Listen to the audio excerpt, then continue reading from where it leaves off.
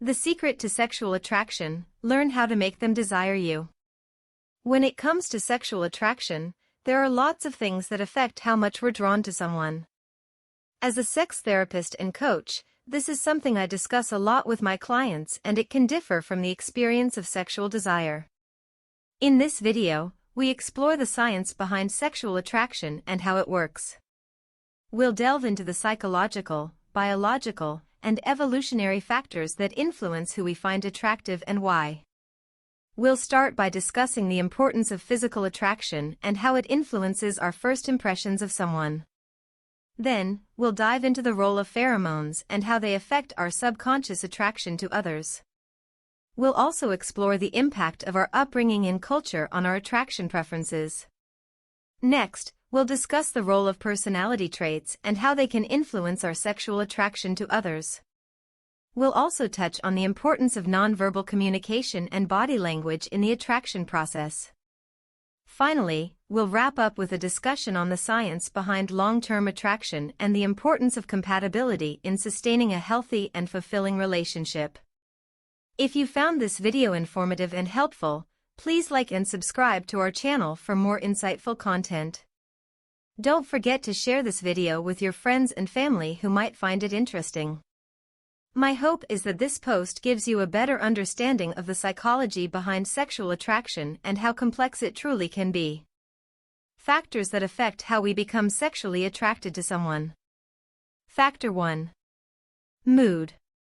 The study showed that those who'd been shown a picture of kittens tended to react more positively to the stranger, while those who had been exposed to an image of snakes in a bucket, just before meeting the stranger, reacted more negatively to the unknown person. The fact that we're more often sexually attracted to someone when we ourselves are feeling good or to people who make us feel good, may not seem surprising in and of itself. This is, however, interesting in relation to what pickup artists usually preach. A common pickup method that was discussed a lot about 10 years ago is nagging. In essence, it means you say something negative to someone to catch their attention.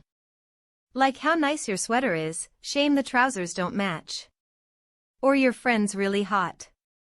Pickup artists claim this is a very successful way of picking someone up. There are, however, several reasons why this isn't a good strategy.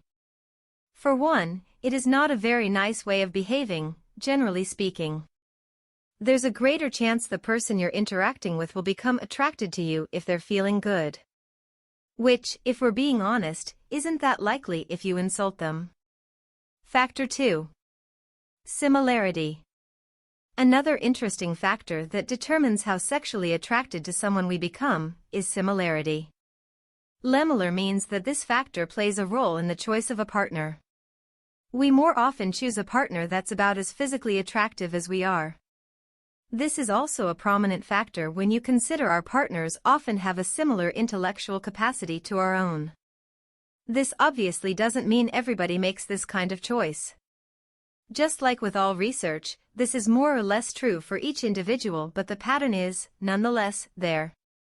An interesting aspect of similarity being important to attraction is that this, in itself, doesn't guarantee happiness in our relationship or longevity, compared to couples where partners aren't that similar. Lemmeler brings up dating sites as an example of this. He says that although the matching algorithms on popular matchmaking websites would have you believe that similarity equals happiness, this isn't backed up by science. What seems important at the beginning of a relationship doesn't remain over time. How to keep a relationship alive is all about other things like creating an intimacy inventory and sharing quick moments of closeness throughout the day. Layering in emotional intimacy that doesn't just hinge on our similarities but also our differences can be key. Because no matter what made us sexually attracted to someone in the beginning, whether it was our similarities or not, there will be a whole lot of life that will come between our passion for one another as time moves on. And this, in turn, will mean we cannot just rely on sexual attraction alone to feed our bond. It also needs to be dependent on things like commitment, love, and attachment. Want your sex drive back? Other factors that may affect how we become sexually attracted to someone. Factor 3. Potential competitiveness and achievement. Another study the author points to which I find so interesting as a desired expert is a classic study from 1965. This study examined how attractive we perceive people to be, depending on how others have described them. Descriptions were divided into 4 categories: solely positive, solely negative, negative initially then positive, positive initially then negative.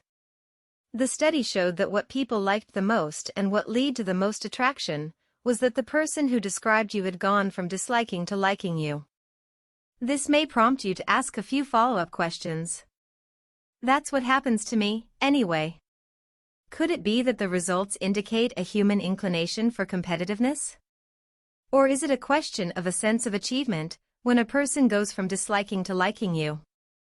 That we feel we've somehow deserved it, and thus, we feel sexual attraction? Factor 4. Humanness. Another study in Lemmeller's book looks at clumsiness and awkward mistakes and how they affect how sexually attracted we feel to someone.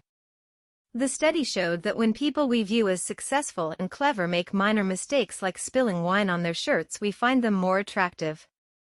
It's thought that successful people, at least people who we perceive as successful, become more human to us when they make minor mistakes. And it's this humanness that increases the power of sexual attraction. However, if someone we think of as mediocre slips up in a similar way, we feel less attracted. Seems a bit unfair, doesn't it? The sexual attraction is complicated. How we become sexually attracted to someone isn't always clear-cut. Sometimes it has to do with how successful we perceive a person to be. Other times it has to do with winning people over, or the fact that we have similar personalities. By learning more about what sparks attraction, you can more easily learn how to rebuild sexual attraction in a relationship. And part of it is focusing on the things that drew you in before.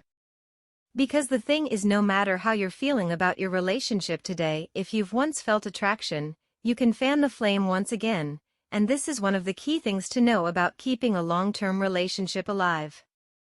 Looking to get those sparks of attraction back in your relationship? How did this information help you? Comment us to improve Setflix channel. Please take a quick moment to subscribe to the channel and remember to click on the bell icon so you stop missing out on awesome free giveaways. You're the best. Thank you for watching this video along with useful feedback. Have a wonderful day.